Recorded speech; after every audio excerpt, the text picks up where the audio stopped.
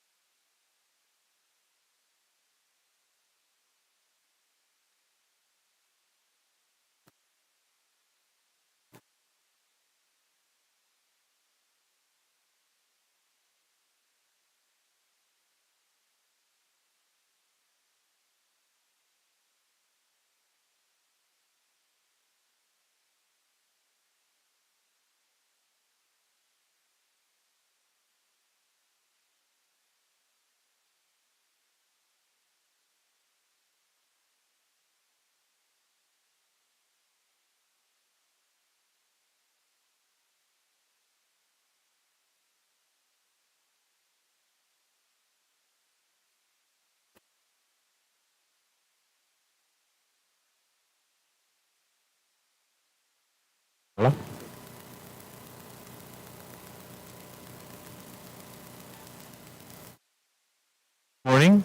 everyone. Thank you for being here. I have the pleasure, and we're very excited to have here the Honorable Christopher Hanson, Chair of the Nuclear Regulatory Commission. I'm going to show you some brief information about her. I'll let him go over for the talk. The Honorable Christopher T. Hanson was designated Chairman of the U.S. Nuclear Regulatory Commission by President Joe Biden, effective January 20th of 2021. He was sworn in as Commissioner on June 8th, 2020, and is filling the remainder of a 5-year term ending on June 30, 2024. Hanson has more than 2 decades of government and private sector experience in the fields of nuclear energy. Prior to joining the NRC, he served as a staff member on the Senate Appropriations Committee, where he oversaw civilian and national security nuclear programs. We're very excited to have Christopher here on our campus. We look forward to a long-term relationship with NRC. We have plans to, I call it reboot, nuclear energy efforts at the UPRM, and including courses, collaborations, teaching, research in nuclear energy. So we're really excited to have him here, and I let him take over. Thank you, Chris.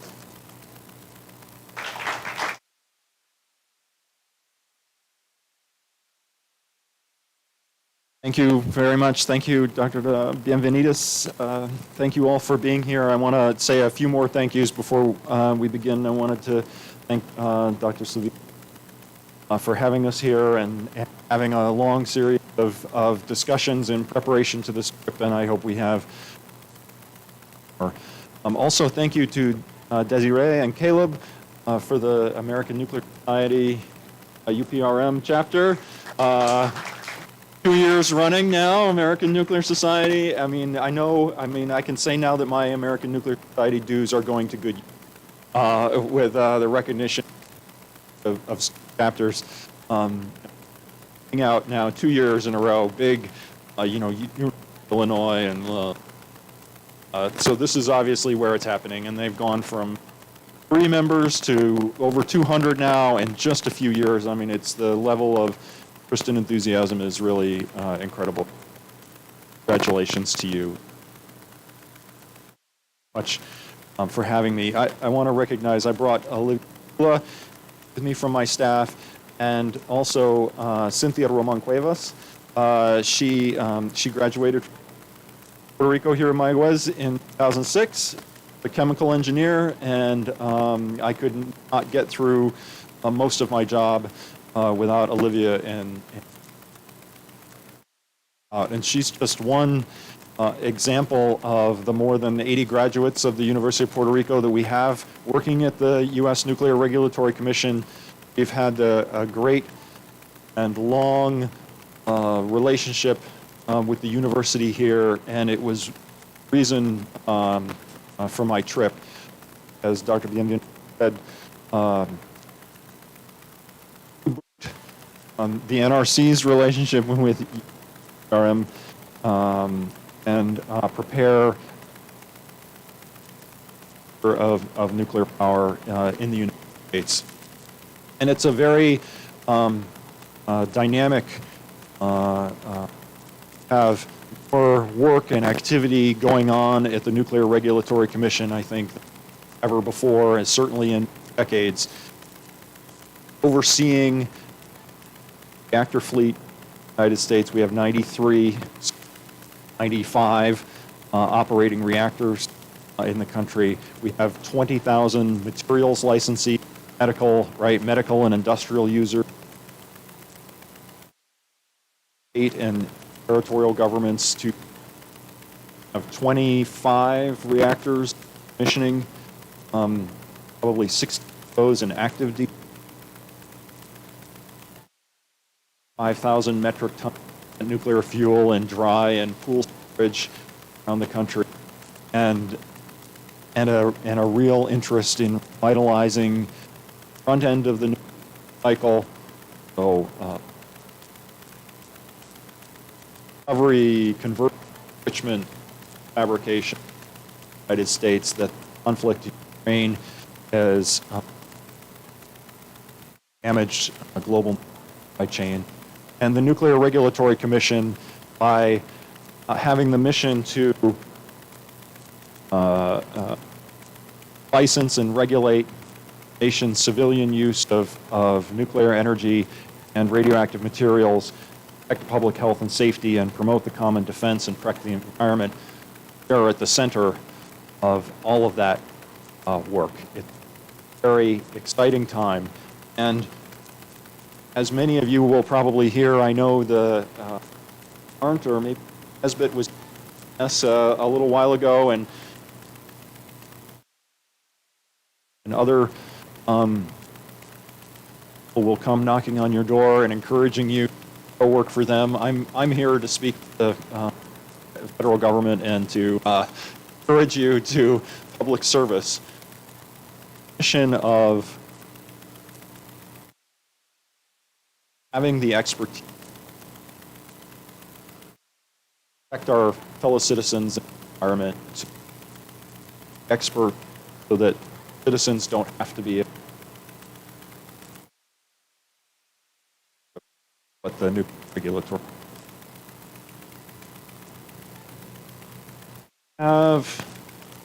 3,000 is a little optimistic. We're at about 2,700 employees at the moment. About 1,700 of those are in our headquarters in suburban Maryland, outside Washington, D.C.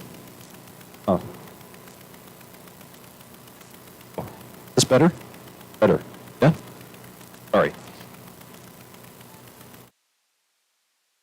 Had to stand. Engineering. All right.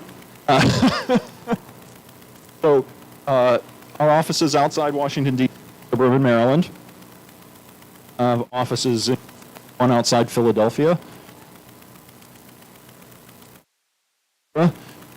Outside Chicago and region. That's still working? Nice and close. Yeah, okay. The microphone. Have a technical training center outside Chattanooga, Tennessee, where we have a lot of, we train mostly NRC and other government employees in radiation protection, health physics, and other kinds of skills, but we also have a lot of operating room simulators for reactors, and we have both pressurized water reactors, various types of pressurized water reactors, boiling water reactors, as well as the AP1000 now. We've got a simulator for that. And some of them are, you know, you'll walk into one of these rooms and they look exactly like any control room that you'll see around the country. So conduct a lot of courses, hundreds of students a year. In fact, we bring in students from around the world, particularly for some of the health physics and radiation protection courses we offer. Mention some of the things that we regulate, and you can see those here. The one I'll mention that I don't think I mentioned before is nuclear security.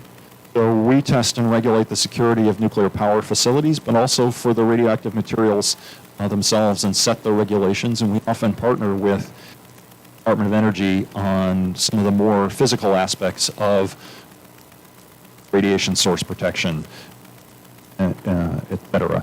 We also regulate the transportation and storage of nuclear materials as well, particularly spent fuel. We'll certify the storage and transportation containers and some of the other aspects. We don't do. These are all the things we don't do. We don't do nuclear weapons. That's another part of the government located in the Department of Energy. And we don't regulate, or we don't operate nuclear power plants. We have licensees for that, and we verify the compliance. And we don't regulate naturally occurring radon or X-rays.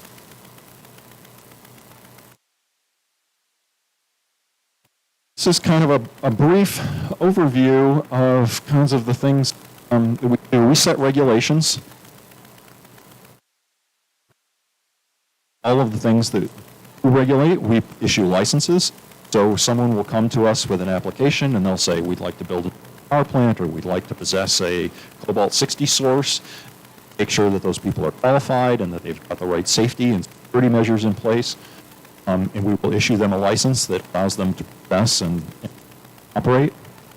And we conduct oversight of that. We have inspectors at each of our 93 operating nuclear power plants. We have at least 2 inspectors on site at all times. Down the plant and have free access around that plant to look at the condition and understand how that plant operates, and can walk into the control room and so on and so forth. Where there is a violation of any of our rules, we conduct enforcement. We'll levy fines and require other actions to kind of make up for that. We also provide evaluations. So a lot of our materials, I talked about the 20,000 sources, most of those are actually regulated by agreement states. Support them, will evaluate their programs for effectiveness for medical isotopes, kinds of industrial. So, and we work closely with FEMA and the FBI and other parts of the government on incident response, whether that's a materials incident or potentially something at our nuclear power plants, and local law enforcement for that matter. We just had a thing at the North Anna plant in Virginia where I think a guy was out in his boat late at night, got lost. He wandered into the owner-controlled area for the nuclear plant. Plant responded, NRC was notified, local law enforcement, etc. Drinking. We'll figure that out at some point. I have to tell the story of the raccoon. So down at the Farley plant in Alabama, a raccoon attempted to perform maintenance on a transformer. Sadly, it was a workplace-related fatality for the raccoon, but he shorted out the system, and what he revealed was potentially in the security system. The security systems are supposed to have uninterruptible power supplies, right? My electrical. Seriously? Okay. Well, they're supposed to have uninterruptible power supplies because it's perimeter detection and other. Well, okay.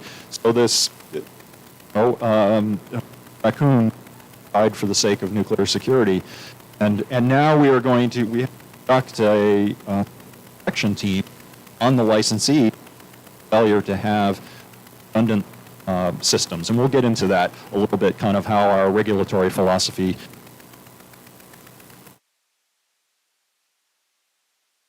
Oh yeah. Well, yes, we're waiting for that. We're waiting to have an iguana-related incident in Florida because now iguanas, but right now it's just crocodiles, endangered crocodiles. No, really. I mean, at the Turkey Point nuclear plant, there's an issue. Right, they'll draw water in. Cooling circulated around the system and then discharge it, and that water is often pretty warm, and if it's too warm, then that impacts the wildlife in the surrounding area, and this gets redundant safety systems around ultimate heat sink and other. And so in Florida, the renewal of a license application and the impact of that discharge water on American crocodile, alligators, and I know. So yeah, no iguanas yet. Sure, we'll get there. In Florida, so I mean.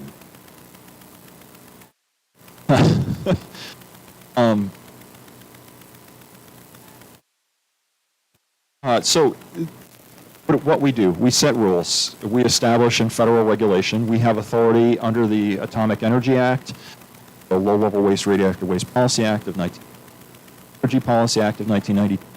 Policy Act of 2005, all of these things allow us to write regulations and protect workers and the public of radioactivity. We're in the process of doing that. We'll solicit a lot of views from a wide range of the public. We'll hold public meetings. We're in the process of revising and streamlining our rules of reactors right now, and we've held a whole series of public meetings at or around decommissioning power plants. That's just kind of one example of how we We solicit input from everyone from university and researchers to try and gather the best possible technical information we have so we have the best basis for our regulations. And as the agency becomes more mature, we have more and more data about the operation of nuclear plants, about the performance of materials in high-stress environments, so on and so forth, and we can then use that data to revise our regulations, make them stronger in some places, revise them in others, kind of better reflect science and engineering, and that's where the growing body of research that's happening at University of Puerto Rico is really, and other universities, is really going to be helpful for the NRC going forward.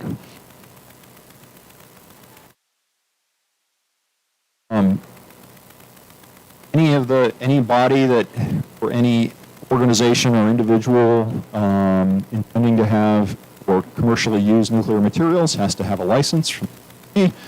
These licenses are, often specified. They're very specific about the types and quantities of material.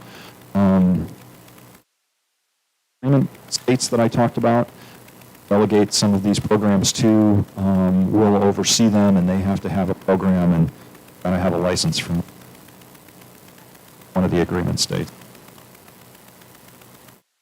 Oversight and enforcement, you can see here some of the inspection activities that we've got going on. This picture here on the right at Vogel Unit 3 and 4 in Georgia and under construction. So while that plant has been in construction, we've had a team of people there inspecting those activities, looking at everything from welding to the laying of cable, the installation of computers and other equipment in the control room, civil engineering work, et cetera. We're there from, once that license is issued, we're on site overseeing the work that's going on there.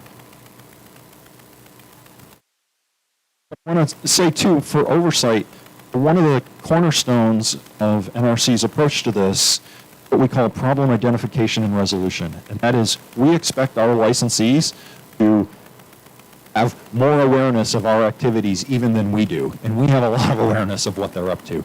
And we expect them to be able to identify problems and resolve those.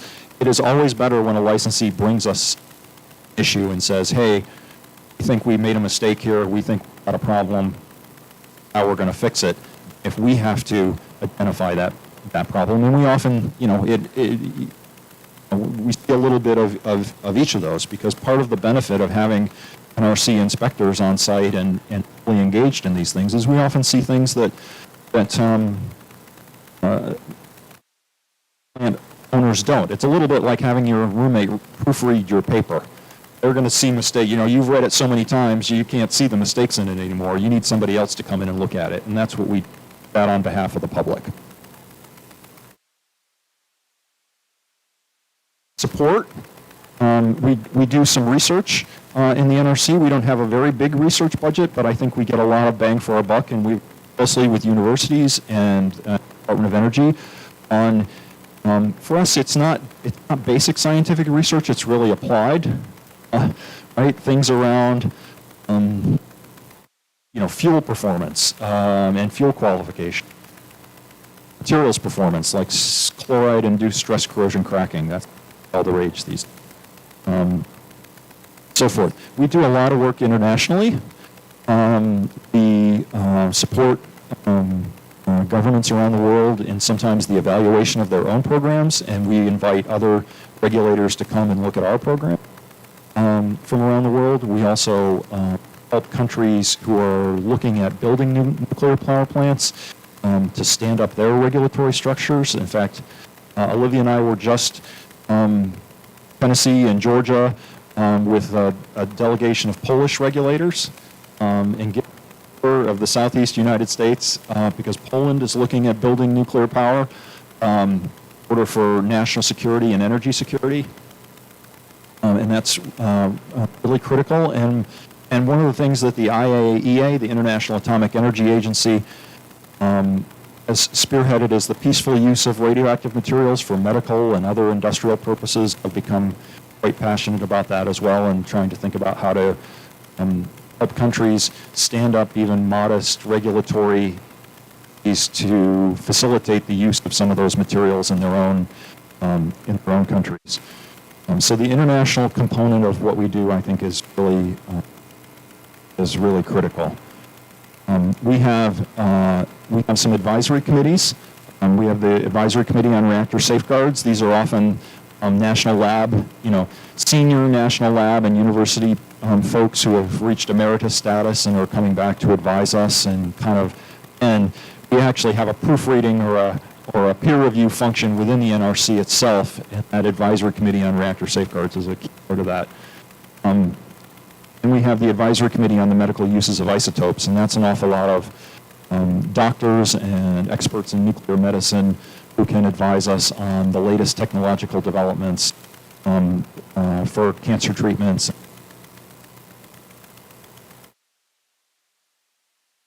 Oh, wait, no, there we go. Sorry. Sensitive. We can... I lost my train of thought. Cancer treatments and other kinds of things, medical uses, doctors, that stuff. We have an active program. Each of the nuclear power plants in this country has to practice incident response and emergency preparedness at regular intervals, and we work with FEMA and other parts of the Department of Homeland Security, other agencies, FBI, et cetera, to exercise this. We have a big incident response center at our headquarters in Rockville, and then smaller centers at our regional offices who can kind of feed information, and this ends up being kind of a central hub for an awful lot of our exercises in this area. So we practice communicating with officials and briefing officials, et cetera. We also occasionally activate this for international incidents as well, particularly where the U.S. has strong interest. So we activated this after Fukushima in 2011.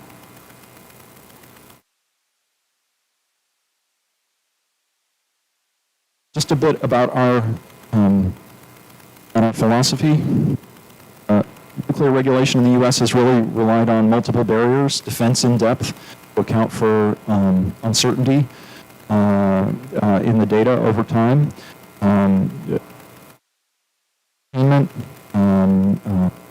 Low population centers, et cetera, around some of these bigger nuclear reactors has been a key piece of this. Testing of emergency plans. I mentioned problem identification and resolution. That really speaks to verifying the compliance with regulations. Whenever there is a reactor, for instance, trips or scrams, they have to call the NRC and kind of explain that, and whether or not it was a complicated trip or not, and whether or not the, say, emergency diesel generators and core cooling systems activated the way they're supposed to. In addition to having the inspectors on site who kind of see things on a day-to-day basis, we periodically bring in other groups of inspectors who will look at specific systems that we can then kind of evaluate in more detail. And we do that on a regular and kind of scheduled basis that our licensees understand.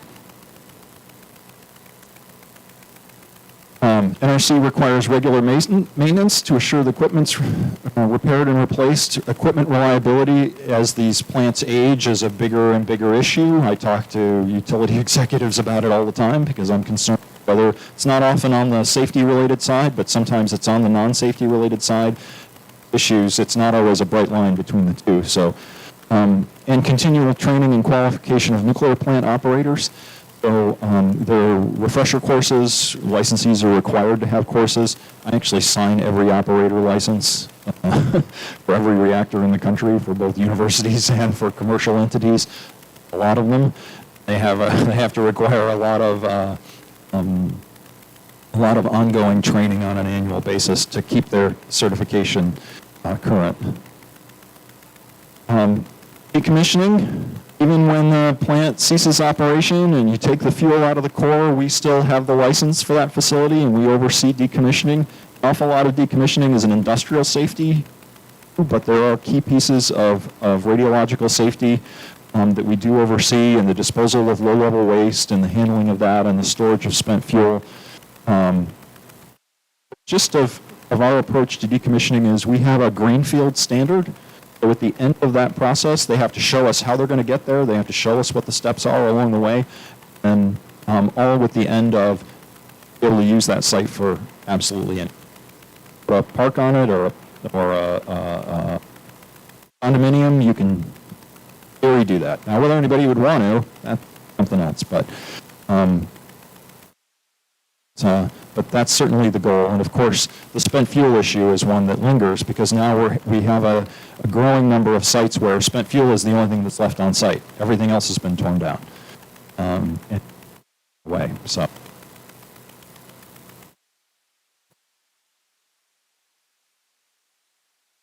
The future, boy, I could talk all day on this one. The future of nuclear energy. You guys might have some questions, so I won't go too long. A couple of things about the future of nuclear energy. So I think the first one is that a lot of the reactors in the U.S. are extending their lives. Almost all of them now have licenses out to 60 years. And there are a number that are pursuing licenses out to 80. And we're still establishing some of the regulations for how that's going to work out to 80 years. And the key piece of that is really what we call an agent management program, where the licensee has to institute a system of surveillances around safety-related equipment where they're monitoring that and they're prepared to replace that as needed as they go along. We've got to make sure that they're paying attention to the right kinds of things, and also then conducting research to understand better how these materials are performed. So one of the things that we're doing in conjunction with the Department of Energy at the San Onofre plant out in California, which is shut down and they're tearing that apart, is we're actually Oak Ridge National Lab and some others taking that apart and taking samples out of the concrete and other key materials to see, what are the radiation effects of long-term, over the long term on the concrete of the containment vessel. And that was a plant that operated for, maybe 45, 50? Like that.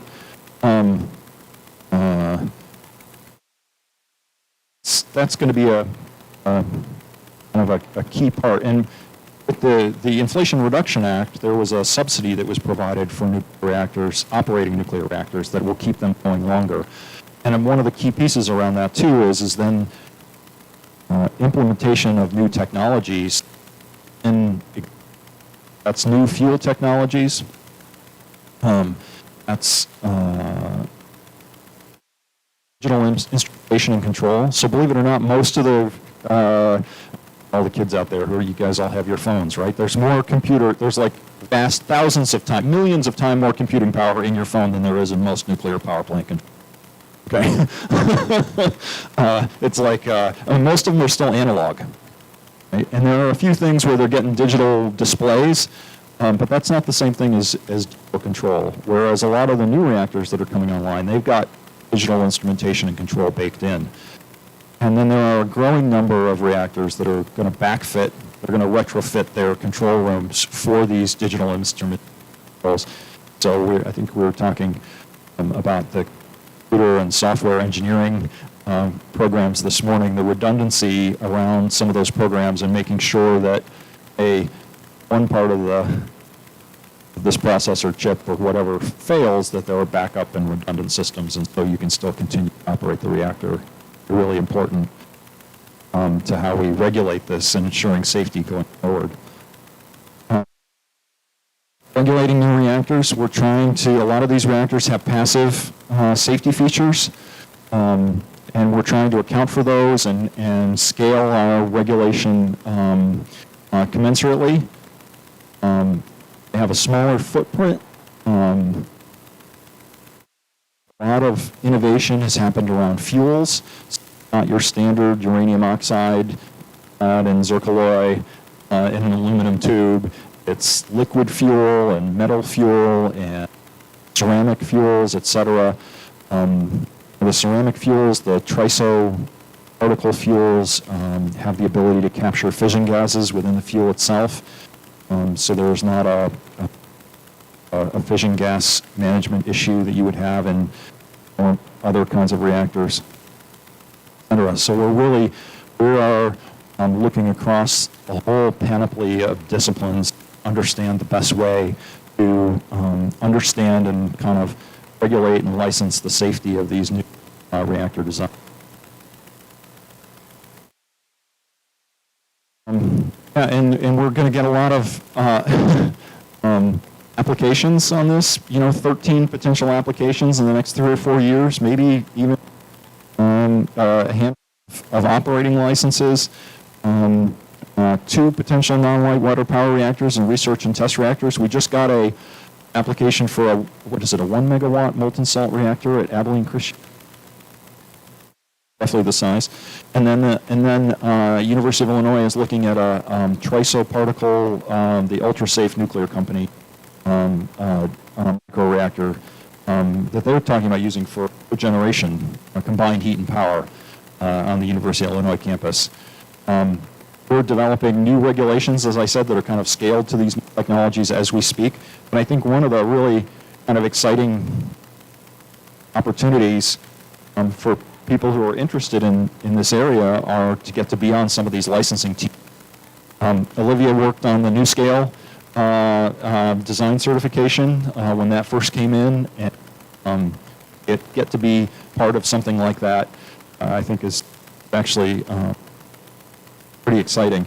A lot of vendors are sending us technical reports before they send us their application that says, hey, here's how we're going to approach fuel qualification, here's how we're going to do source term, here's how we're going to do quality assurance programs, et cetera. We can approve those before we get the whole license, and that comes in, they've got that box checked, et cetera. So we're really reviewing a lot of those right now.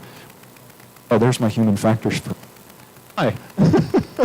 So human factors, particularly around the future of control rooms, how many operators do we need, how do they interact with the technology?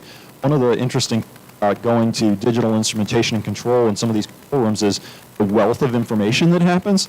Well, more information isn't necessarily better, particularly if you're in a situation where you're trying to safely bring down a reactor from power, et cetera, or you're practicing some other kind of evolution. You want the right information. And we have a human factors group that works on this stuff, and that's some of the most, for me, that's some of the most interesting stuff we do. As I said, there's more and more how to benefits of the safe use of radioactive materials.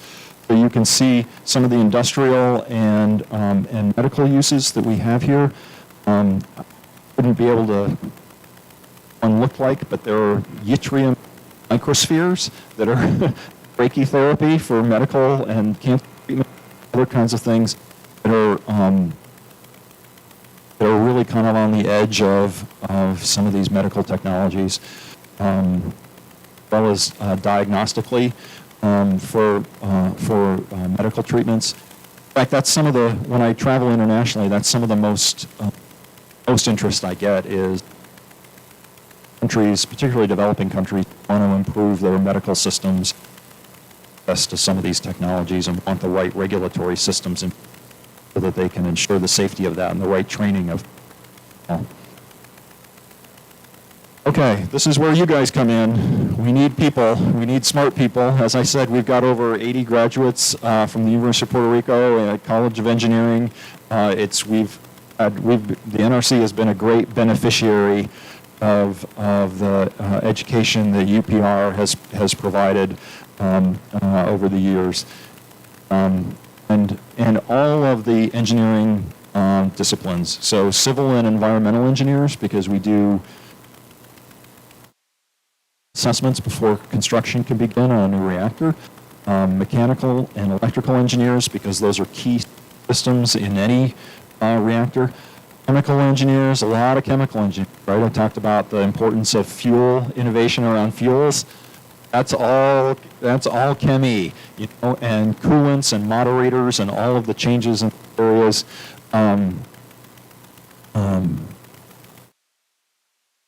Software for digital INC systems, obviously, and we need people who are as smart as the people who are coming to us for us to be able to kind of verify the safety of these technologies and be able to kind of attest to that in the agency.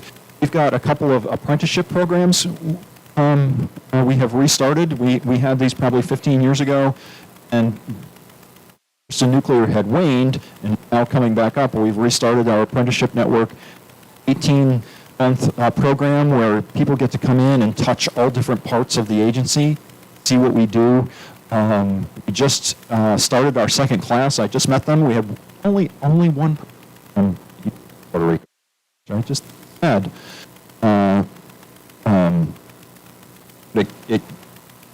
You've got a series of 4-month apprenticeships within the agency, and then you kind of find a home. But I think one of the things that has always struck me about the NRC is how people move around over time, do different things within the agency. Really beneficial. Yes. Okay, so now this is good. Let's see. Wait a minute, where is Cynthia? Where are you? You're in the corner, you're over here. Oh, that's you. Oh, okay, it was the hair. That's what I didn't recognize. Okay, and there's, this is Luis Reyes, Pedro Rivera, and somewhere in here, this might be my man, Ifo Gonzalez. He worked in my office for a hot minute, and we just, we've been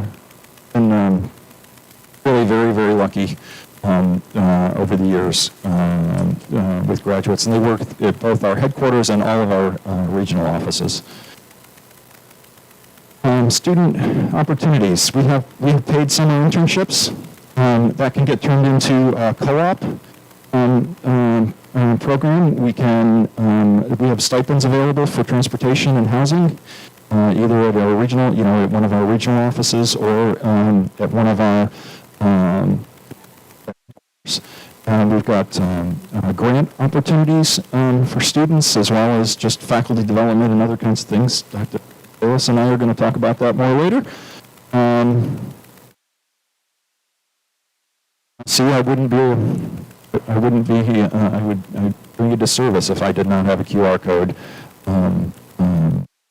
We really are. Okay, see, people are doing that, and I'm going to get it on the way.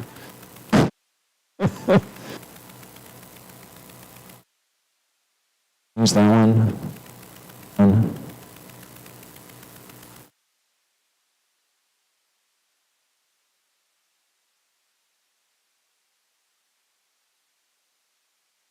This is us on social media. There was a slide in here originally about how, look, I think the overall pay and benefits is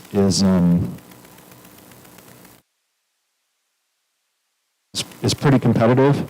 We've got workplace flexibilities in terms of telework and things like that. And really, I think there are a lot of folks, there is, on the industry side, if you're in a utility, you know a lot about the NRC, you know how we regulate, you know how to understand that. But if you're a new, fast-happening, garage-based reactor developer, you might not quite understand how it is you've got to go and get a license from the NRC. And so there are lots of people who pretend to understand that, but not very many people who actually do. So some time on the regulatory side, being in one of these dynamic teams that is actually going to license and evaluate one of these reactors, I think could be really valuable work experience, even if you don't make a career out of working for the federal government. It could be, there are lots of people, and we benefit, the NRC directly benefits from people who come and work for us for 5 or 10 years and then go off and do something else, because then there are people out there in the world who can speak our language. So while, believe me, I would love it if you came to the NRC and stayed forever. I know that doesn't really happen very much these days, and so I wouldn't want to. I think that's it. Happy to take any questions.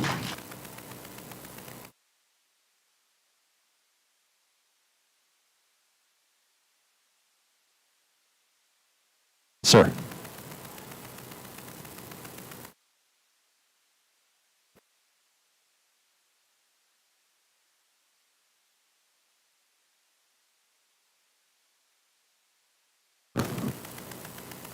might have to shout. Or I could just give you this.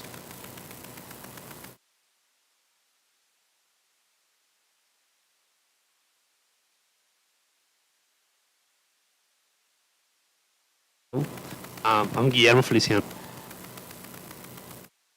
I was wondering about how does the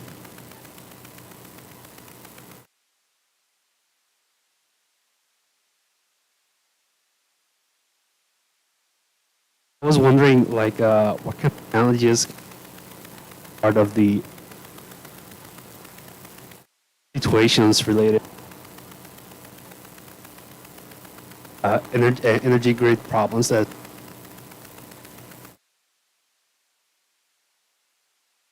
Diablo Canyon. So how does the NRC can help, of a emerging challenge or occurring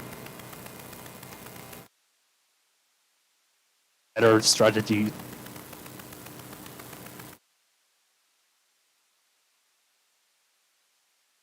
Better strategies for nuclear power plants, grid, all that, evaluating Diablo Canyon getting extended, et cetera, right? I mean, so one of the innovations around nuclear power plants is I want to call it flexibility, right? Load following, disconnecting what we call the primary and the secondary side, right? So the primary side is the reactor itself. Secondary side is the steam generators, the turbines, and so on and so forth, right? And so in a traditional nuclear power plant, if the secondary goes down, if you've got a turbine trip, you've got to bring the primary down because there's no place for the steam to go. Well, in a lot of these new designs, what they're doing is they're having so if it's TerraPower, for example, right? They've got a salt loop and a heat exchanger, but the two sides are essentially separate. So that salt can continue to circulate and cool the reactor without having to transfer the heat actually to the steam turbine. And what that does is then that provides some flexibility for the grid, because if you're going to bring on more renewables, solar and wind and geothermal and hydro and all these other things, you've got intermittency problems and you have potential grid reliability problems. So this is the challenge that everybody's looking at. If you're looking at some of the big utilities in the country like Tennessee Valley Authority, Duke, and others, they've got really ambitious climate goals. 2035. And we know that some of these advanced reactors that I'm talking about, like the TerraPower designs, they're not going to be quite ready yet to meet those goals. And so they're looking at smaller, scalable light water reactor technologies like the BWX300, like the NuScale power module, and others, where they can kind of build these things out in case of GE Hitachi with the BWX300. These are 300 megawatt, chunks. Case of NuScale, 50 megawatts, soon to be 77 megawatt chunks, and add them to the grid as needed, and then also take them off the grid if they need to do that also. So these things it's proven technology, but there's some flexibility there with regard to kind of grid management, which is important and also kind of checks the climate. So that's the way some of these bigger companies are approaching this issue. I sometimes say that I think the NRC is kind of the hidden climate agency, because a lot of the stuff, nuclear is going to be really important to meet climate goals, and it's all got to come through us. And so some of this stuff around these advanced technologies is pretty interesting and exciting, but as I often say to these folks, show me, don't tell me. Right? It's one thing for you to put out a press release and talk about how safe your reactor is. I don't care about that. Right? You can go to all the movie premieres and all the conferences you want to. I need a piece of paper that actually has the engineering details in it that proves what you're saying is true from a regulatory perspective. And, honestly, not everybody's going to get across the finish line. That's not our job. Our job is to evaluate safety.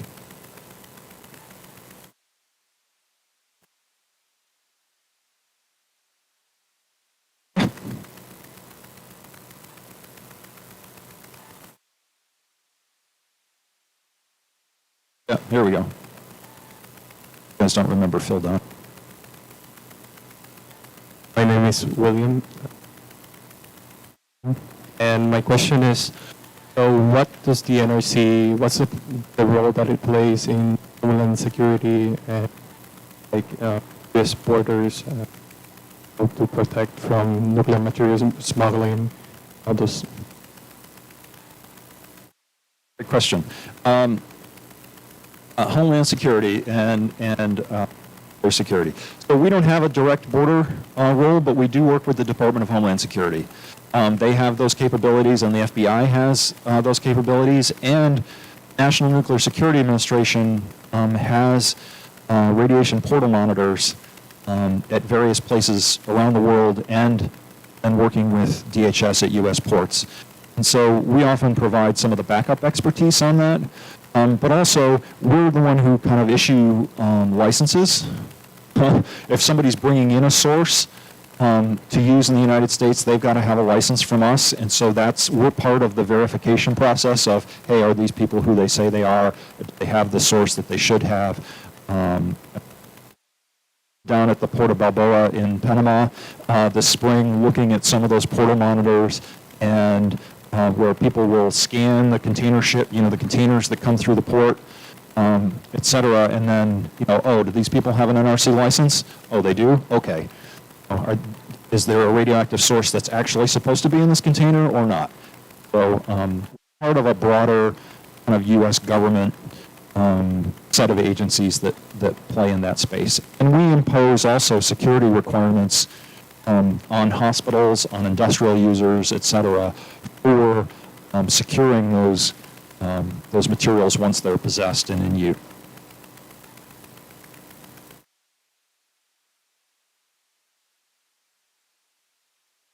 Let's talk. Look, I have a question along what you say regarding the nuclear being an answer to the climate change crisis. One of the arguments that you hear around is, well, it's too late. By the time you build a new nuclear plant and so on, the crisis is so big that it could be a late solution. They used to talk about building, construction, design of the plants, and then the regulatory part that takes a lot for the licensing and so on. Do you think there is room from NRC to look at how to do it or faster or not? Or really the way to make it safe doesn't let you use the times for licensing like that? It's a matter of more manpower, more higher budget, something like that, and that could add in the licensing. Yes, to all of that. More people. Okay, right. So let me unpack that. So some people are saying, right, it's too late. You can't build nuclear fast enough or soon enough. That I don't know. That might actually be true. But what I do know is that there are companies approaching the NRC who are saying, we want to build new reactors, and we want you to be ready to license them. And so what we say is, we're working on a new set of regulations that are more flexible, performance-based, and risk-informed that will ensure safety, but also streamline some of that. We also have existing regulatory frameworks that work well, but one of the things that we require from the folks who are coming to us are high-quality inputs. They have to have they've got to have all of their data, all of their programs in place, et cetera. If we get a high-quality product, we can review that pretty expeditiously. We're in the process right now of the Kairos. It's a molten salt-cooled TRISO reactor in Tennessee. They're building a demonstration facility. They submitted an application to us for a construction permit. We set a 21-month schedule. We are actually ahead of schedule on that because of the quality of the application. So I think we've got some success stories there, right? It's I think we're approaching this in a really aggressive and informed way. I say to utility executives on a fairly regular basis these days, there are at least a dozen chicken and egg problems associated with building new nuclear. The NRC is only one, right? And on any given day, not even the most important one, right? I mean, think about the availability of engineers, the availability of qualified welders and builders to actually build these, about the availability of fuel. fuel manufacturing in the United States and globally, or the availability of high-assay, low-enriched uranium, which is required for some of these advanced designs. There's no, all the HALEU is coming from a little bit of the national labs and then Russia. Well, we're not buying it from Russia, so the supply chain has to catch up. One of the issues that Southern Company has faced in the construction of Vogtle 3 and 4 is revitalizing the supply chain in the United States, right? The manufacturing capability, not just in the United States, but around the world.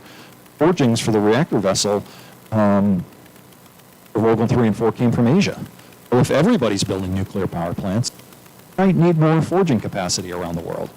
So there are a lot of issues that, and the NRC is just one part of that bigger set of issues out there. So, and I think we're doing our part. Yes, sir.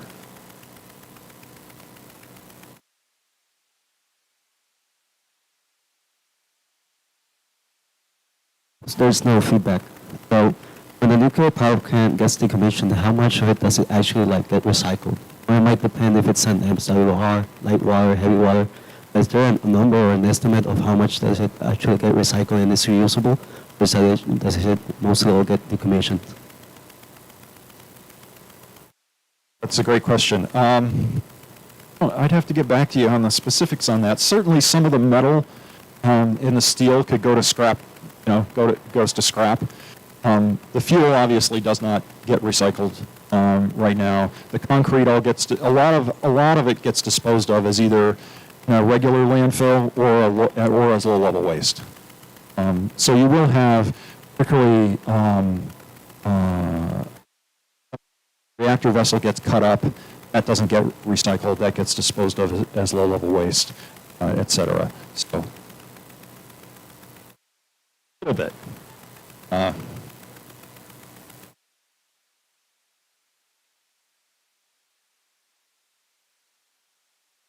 I've read about small modular reactors a lot recently, but I'm not in the field, so I ask what's the vision of the NRC within this technology. SMR?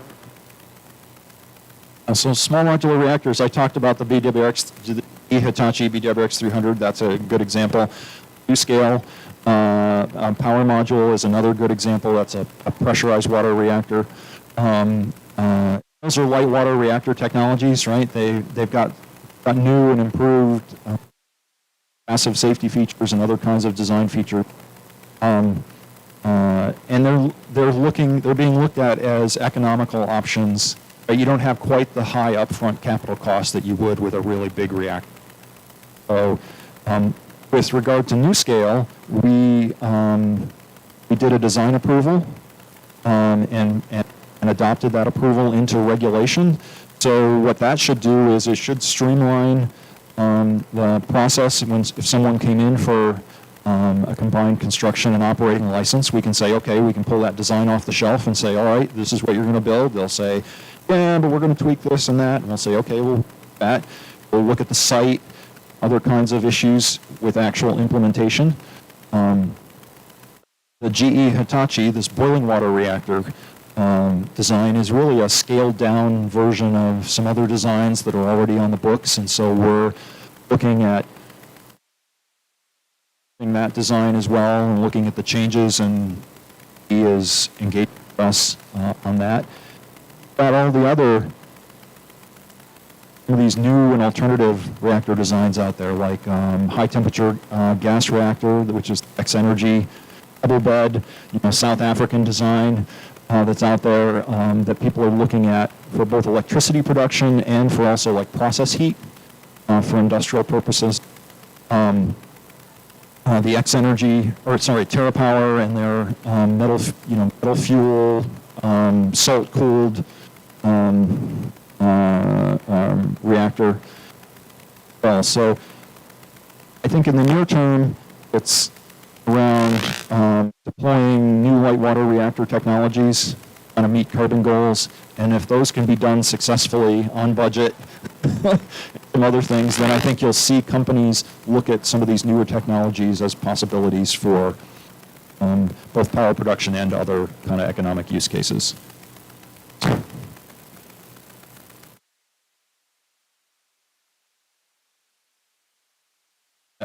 Okay, we got.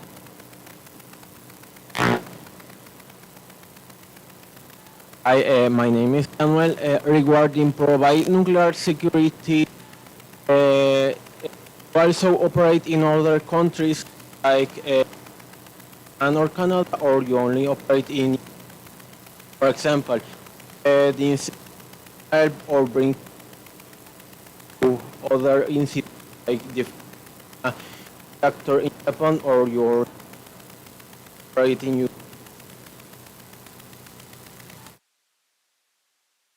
That's a great question. So we wouldn't do it for another country, but we would help them do it themselves. So I mean, nuclear security is actually a growing area, particularly in our cooperation with Japan. It's not something that they've had to deal with very much, just because of their internal situation and their culture, but we do cooperate about that. I mean, we oversee the security at nuclear power plants.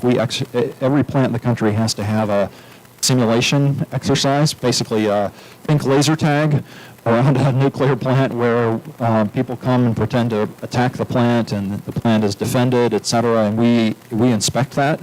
I just went to one in Arizona actually back in January. It was fascinating to watch, and people from other countries will come and observe those exercises and see how we do it, and then we'll take that back and to their own countries and see how they can bolster their own security posture around nuclear facilities.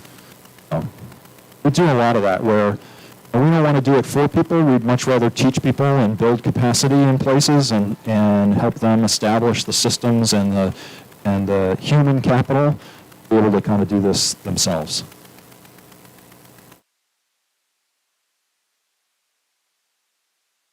What about cybersecurity? What do you guys do about that? Great question. So we're getting into that, right? Because I said all the control rooms are analog. So how much cybersecurity do you need? But more and more, because as these systems go digital, for instance, access control systems, to be able to get on site, get into the protected area at a nuclear power plant.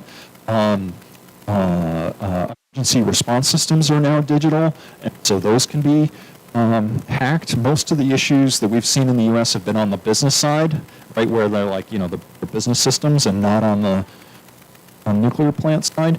But we're looking at that more and more. We've got a set of regulations in place, but we're reevaluating those and seeing how we can bolster that. And we've got a rule in place now for fuel facilities as well, like think fuel fabrication and enrichment and that kind of stuff. So the more those facilities are digitally controlled, the more we've got to look at cybersecurity. Is where our computer and software engineer folks really come in handy. So it's kind of a black box to me. But we have people who understand it, and that's a really good thing. All right, we got this guy. He's a frequent flyer.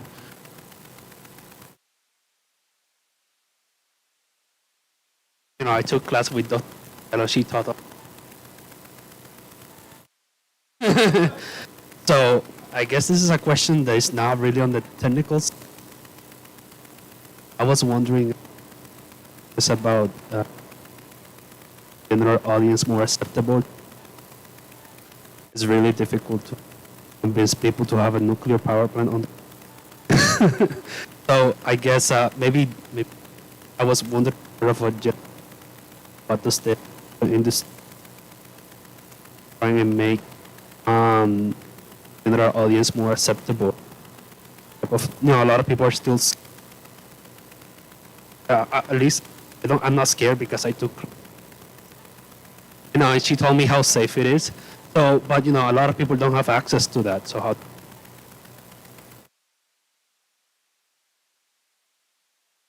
Well, that's a great question, because we have that. NRC faces this issue not just with power reactors, but also with decommissioning and other things, radioactive materials and other things that we fuel, et cetera. So it's a perennial. It's something that we deal with all the time, and it's not necessarily. It's not our job to be promotional in any way of nuclear power, But what we do have to do is translate the technical information that we evaluate in the most kind of readily accessible way possible, so that we can go out and explain to people, hey, we reviewed this reactor design, and here are the things that we looked at, and at the end of that review, I think that if it's operated the way they say it's going to be operated, it will be safe, right? So in a climate where, you all know, we're on there's a lot of misinformation and disinformation out there about that. We have to, it's hard to be a technical regulator, right, that is relying on science and engineering to do our jobs, to describe reality and then communicate that reality so far as we can tell. Sometimes there are error bands around it, right? As best as possible to the public. Because that's really, we're the stand-in for the American public, right?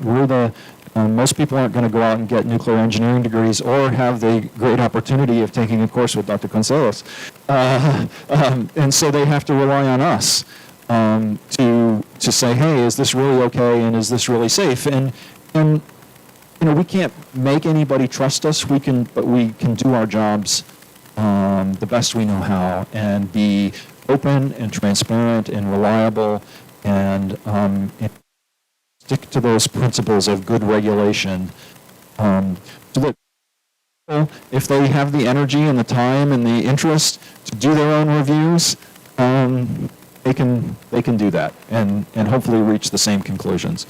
But an awful lot of, sometimes when we hear from stakeholders, it's a disagreement about, we see the same data that you do, but we reach different conclusions.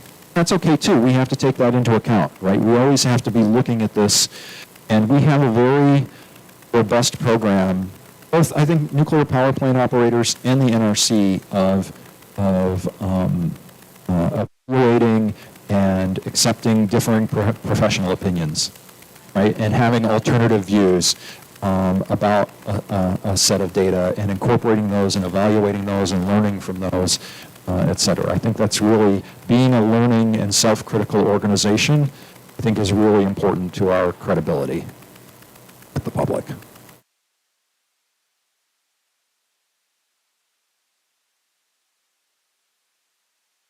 Hi, do you hear me? I wanted to know if there are any new potential power plants rising here in Puerto Rico, or that you could even disclose of, I don't know, that maybe could arise in the next 5 to 10 years. Yeah, that's a great question. I don't know the answer to that. I've read this, been out to the Nuclear Alternatives Project website like all the rest of you guys. What I can tell you is that if there is proposed to be a nuclear power plant built in Puerto Rico, that the NRC will regulate it. Will oversee its construction and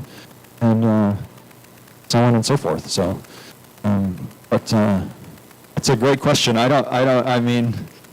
There's a lot of policy and economic and other kinds of issues that go into that, and we're really on the safety side. But back to the chicken and egg problems. So.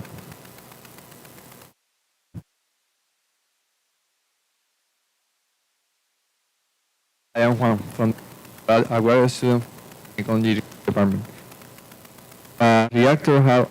Operational reactor wants to change a design parameter, operational parameter, and they want to increase their efficiency in the process. Do they have to come to you and do the same process to get license or is the new parameter? Well, they don't have to start from scratch, but they do have to get what we call a license amendment. Okay? And they'll submit a license amendment request to us. So, the example you gave was a power up rate, right? They want to go from, 863 watts to 890, or a few percent. Because they're going to operate longer. They're going to go to longer cycles, or they're going to change the composition of their fuel, et cetera. that they do have to come to us and get a license amendment. They're going to make real small changes, minor changes, where maybe they'll insert a test assembly into their core or something like that. Those minor changes done without permission. They have to notify us and tell us that they're going to do it, but they don't have to get permission. The big changes, power up rates, fuel changes, things that really change the operation and the neutronics of the reactor, they have to come to us and ask for permission. So, we have a review process, and the public gets to comment on that and so forth before we approve that.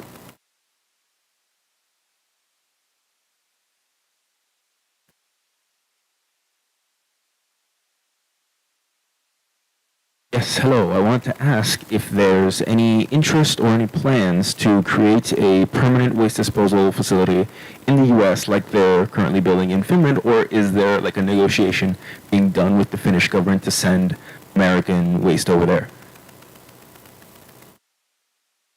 Into the tough questions. Okay. I am not aware of any plans to send our waste to Finland. I don't think the Finns are, I don't know how that would go over in Finland. I think they're building their facility just big enough for their own purposes. Obviously, we had the Yucca Mountain project in Nevada for a number of years, and that was shut down in 2010 or 2011. And so we don't have a geologic repository in place now. But the long-term consensus for the disposal of high-level radioactive waste has been deep geologic disposal. And those are the programs that we did have in the United States, but now are kind of actively ongoing in Finland. Certainly they've made the most progress. Sweden is not far behind them. Switzerland has just recently made some progress on this. And Canada and the UK are still kind of in the siting process before they go and do some geologic characterization. I think one of the most interesting questions that's out there are for countries that have only maybe one nuclear power plant, or two, or even someplace like Spain, which had 6 or 7, where maybe a deep geologic repository in their own country is prohibitively expensive, or other kinds of things, right? I'm thinking of Slovenia and Lithuania and some of these other countries. I think there are interesting kind of international collaboration things that could happen there. And so that's a issue. I'll go back in the green and then I'll come get you, Mr. Solar Car Guy.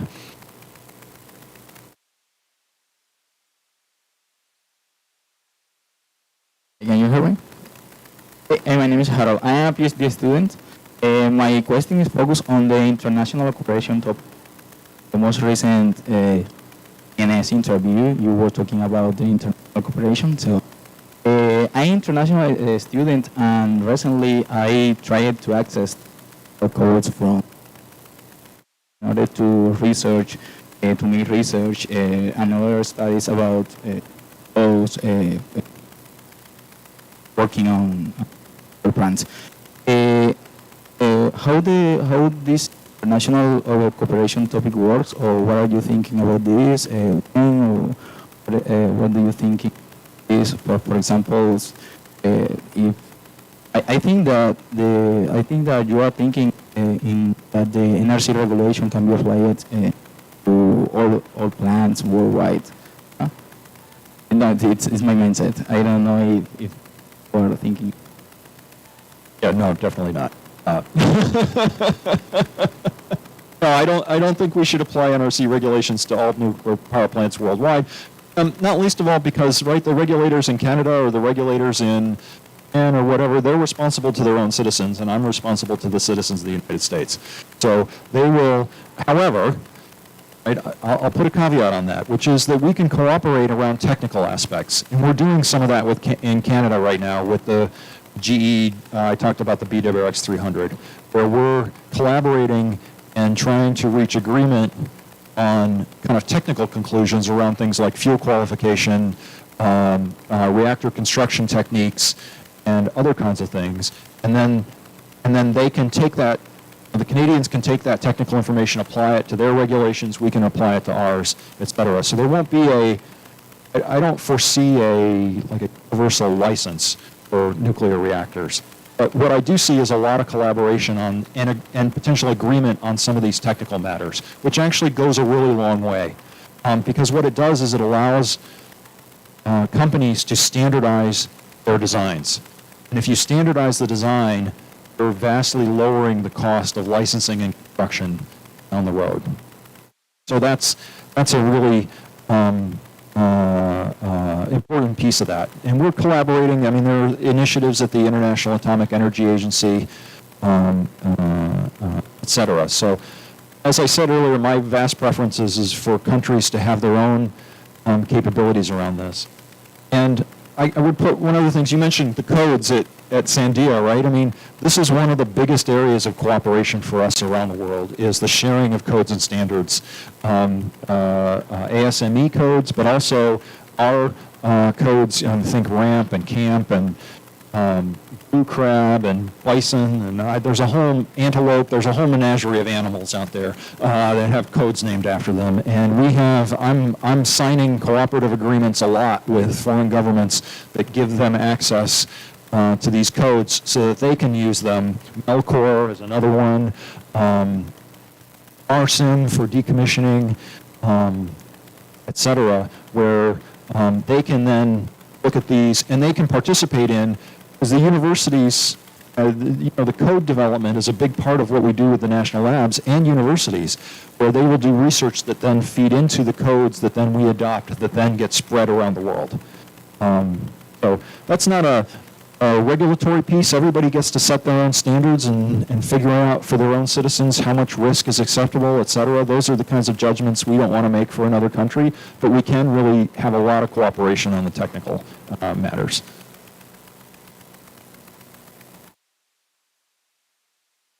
Everybody can hear me? So my name is Miguel Santana from Mechanical Engineering, and there's a lot of projects coming for the NRC. I wanted to see what opportunities do you guys offer in the field of project management.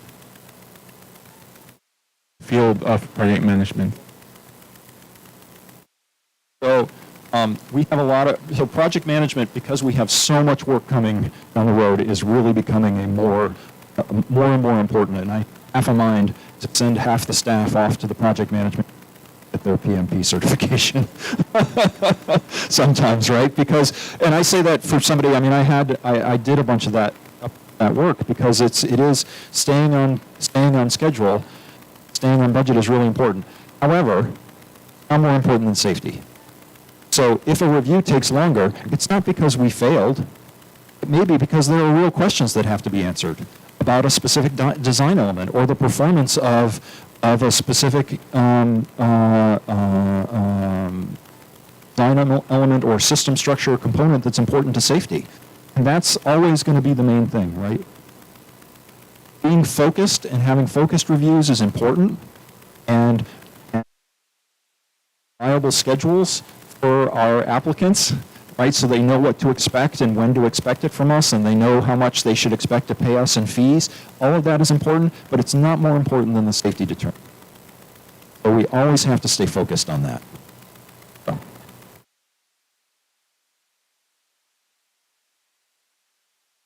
Thank you. We really only have time for one more question, so I'll use this as to wrap things up. But we have a room full of engineering students, so I want to know what advice you have for us in terms of how we can prepare ourselves for future careers in the nuclear field. I want to know about what type of official preparations you look for, as well as what type of qualities we should try to work on to the. That's a great question. Well, obviously participating in the ANS student chapter here at UPRM is absolutely vital, and if you haven't done that, please sign up. But also, I mean, there are lots of opportunities both in the U.S. with the American Nuclear Society and, frankly, around the world for student become engaged. I mean, I presided on a panel last November in Vienna, Austria, the 10 years after Fukushima, and there was a whole student we had a student section as part of that whole conference that I thought was really successful and fascinating. Let me, in terms of, so there's be active in your field and be curious and demonstrate that curiosity in the kinds of activities that you undertake. And that's, that's approaching the NRC, but it's also approaching other, undertake a student research project here at the university or at another university for the summer. Be a summer intern at the NRC. Be a summer intern at the Department of Energy in their Office of Nuclear Energy. Or at one of the national labs, the Oak Ridge and Idaho and Argonne, the three main big nuclear energy laboratories, all have summer programs that I think are really a lot of fun and successful, and you can really learn a lot by doing that.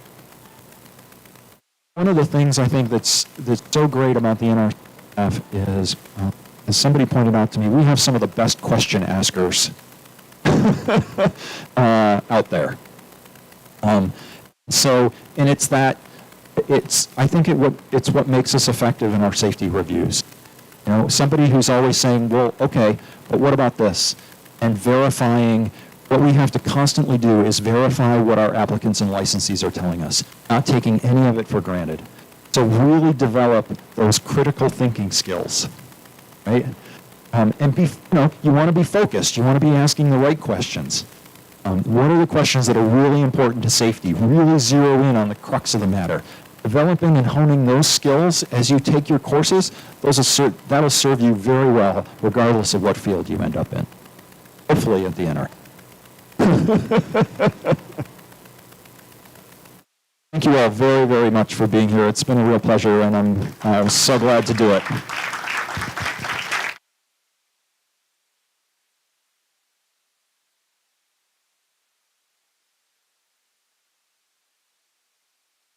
Thank you so much for being here today, for giving us this wonderful presentation and asking all of our students questions. Thank you everyone for being here today. We will be concluding our activity here, but first we have a few gifts for our special guests. And I want to let everyone know that we have free snacks on the room next door. So please exit through the door in the back to get some free snacks. Thank you.